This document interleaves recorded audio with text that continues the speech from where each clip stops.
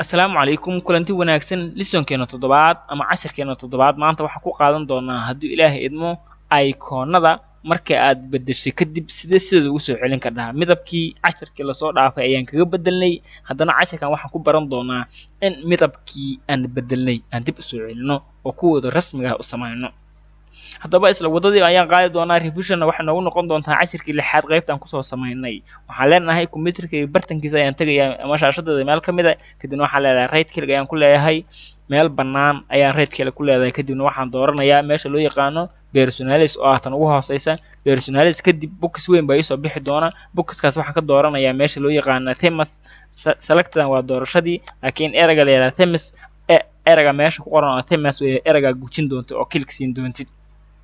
kadibna waxaa kasii dooran doontaa saddexda nooc oo aan hore usoo aragno oo advantage sound setting iyo desktop icon setting iyo mouse pointer setting waxaan ka dhex dooran doonaa meesha loo yaqaano desktop icon setting ayaan ka gujinaynaa oo erayga dhexda ku jira noqon doona markaan ku dhufano kadib waxaan sameynaynaa waxaan select ku sameynaynaa oo dooranaynaa eraygii aan rabnay inaan midabkiisa hore kusoo celino oo horay casharkii lixaad aan sawirka kaga bedelnay ama calaamadiisii korka ka saarnayd oo u ekaa muuqaalkiisii aad ku bedeshay ayaan ku dhufanaynaa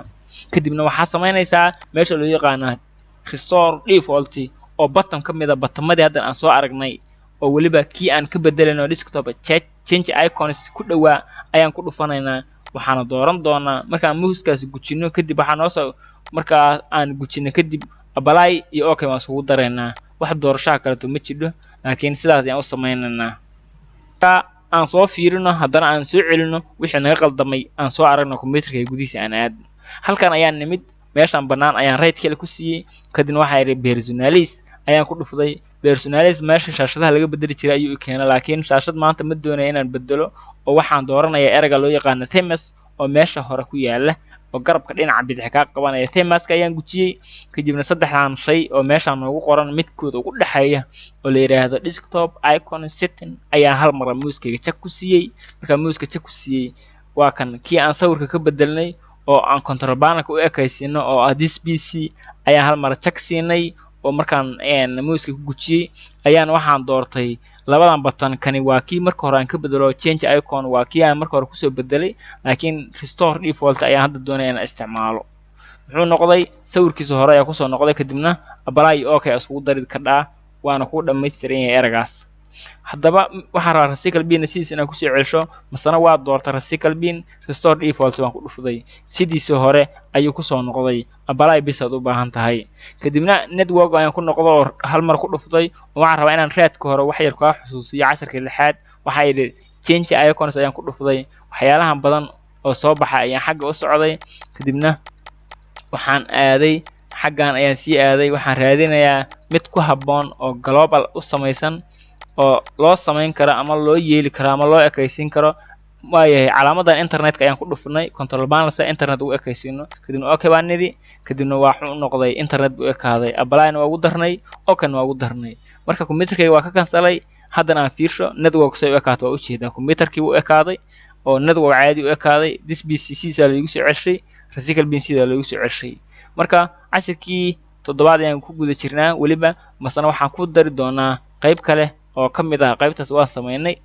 waxaan ku badari doonaa hadduu ilaahay yiraahdo sida standard iconska GUI-ga loo qariyo loona soo cesho haddii ay qarsoon yihiin sida loo soo cesho macnaha haddii ay qarsoon yihiin sida loo soo cesho waxay noqonaysaa marka sida loo qasho iyo sida loo soo cesho ayay intaba isku noqonaysaa haddaba waddada haddeer ayaan maraynaa oo waxaan leenahay standard iconska hadda aan soo aragno kalarada ka soo bedelnay oo midabkooda dib aan u soo celinay inaan ayaga laftigoodii meesha ka saarno ama soo saarno computerka sidaa og tahay marka windowga lagu shubo oo cusub yahay shaashadiisa oo dhan computerka waxaa saaran resical bin oo kaliya ayaa saaran kadibna waxaad samaynaysaa inaad dib u raadiso iconada kaa maqnaa oo markaad soo saaratid haddaba hagee ka tegaysaa waatan waddadii waatan haddaba ila soco nakeen waxaan leenahay right click ayaan computerka dhexdiisa ku dhufanayaa kadibna waxaan leenahay blanki area meel bannaan ayaan ku dhufanayaa shaashadeeda dhexdeeda ka mid ah waxaan dooratay erayga loo yaqaana personalis baa dooratay kadibna waxaad dooratay themes وعشركي لحاد iyo cashirka toddobaad baa ku soo aragnay cashirka hadda aan ku jirno iyo cashirka lixaad baa ku soo aragnay marka waxaan ku dhufanay themes kadibna waxaan ka dooranay desktop icon setting wadadii hore ayaan u soconaa laakiin ma ahan ayadii inaan raaci doono bal ogow abba side qaybta ka koreysa bookska hadda aan meesha ka dooranay qayb ka koreysa ay jiro oo calaamad yar oo check ay saaran tahay kadibna waxa uu leeyahay check ayaad saaraysaa oo meeshaas ama waad ka qaadaysaa haddii aad ka qaadidna wuu qarsoomayaa haddaad check saartidna wuu saarmayaa marka muxuu noqonayaa waa this pc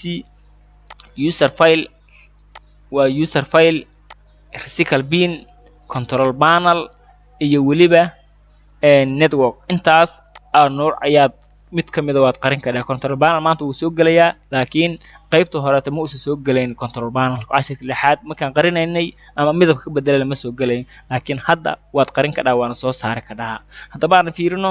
taariikhdan waan iska soo kansalnay computer dhexdiisa ayaan nimid muuska ayaan right kile ku siinay kadibna personalis ayaan ka doortay personalis markaan ka doortay waxaan aaday meesha loo yaqaan themes ayaan hal mar gujiyay waxaan ka sii doortay oo wadada hore ta ah desktop icon setting ayaa hal mar muuskayga la cuskaday ama tagsiyay kadibna sida aad u jeedid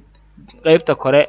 iyo qaybta hoose way kala duwan yihiin qaybtan waa qaybta hadda midabada ka soo bedelnay laakiin meesha u socono maanta oo dhan waxay ahayd inaan kuwan falaarta cheega yar ka qaadno haddaan cheega ka qaadno waxa dhacaysa way wada qarsoomayaan sidaas ayaan dhamaantood u qarinay oo dhamaantood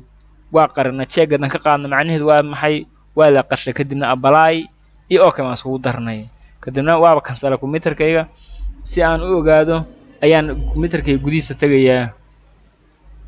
marka waxaan dhinacan uga jeedaa wax ay koonaa inay ku jiraan halkaan oo ay maran tahay oo dhamaantood computer network this pc iyo weliba physical bin usan meerba ka joogin haddaba si u soo celinaa isla wadada hadda ayaan maraynaa right click ayaan leenahay personalis baan leenahay waxaan ka dooranaynaa themes kadibna waxaan ka dooranaa desktop icon setting kadibna check ayaa soo saarnay 1 2 3 this pc aan soo saarnay oo computer file user file soo saarnay oo meesha tushiba igu qoran tahay iyo network oo ugu dambeysay control panel physical bin waa kuwan kadibna waxaa in balay iyo okay waan soo darnay halkaas markaan joogno ayaan dib u eegi doonaa haddaba sidaad u jeedid haddaad ila socotid waxaad u jeedaa inaan helay user filekii computerkii networkii iyo physical bin control panel lixdiiba shantii shayba inaan soo helay intaas ayaan kusoo koobaynaa cashirka toddobaad la soco cashirada taxanaha Windows 10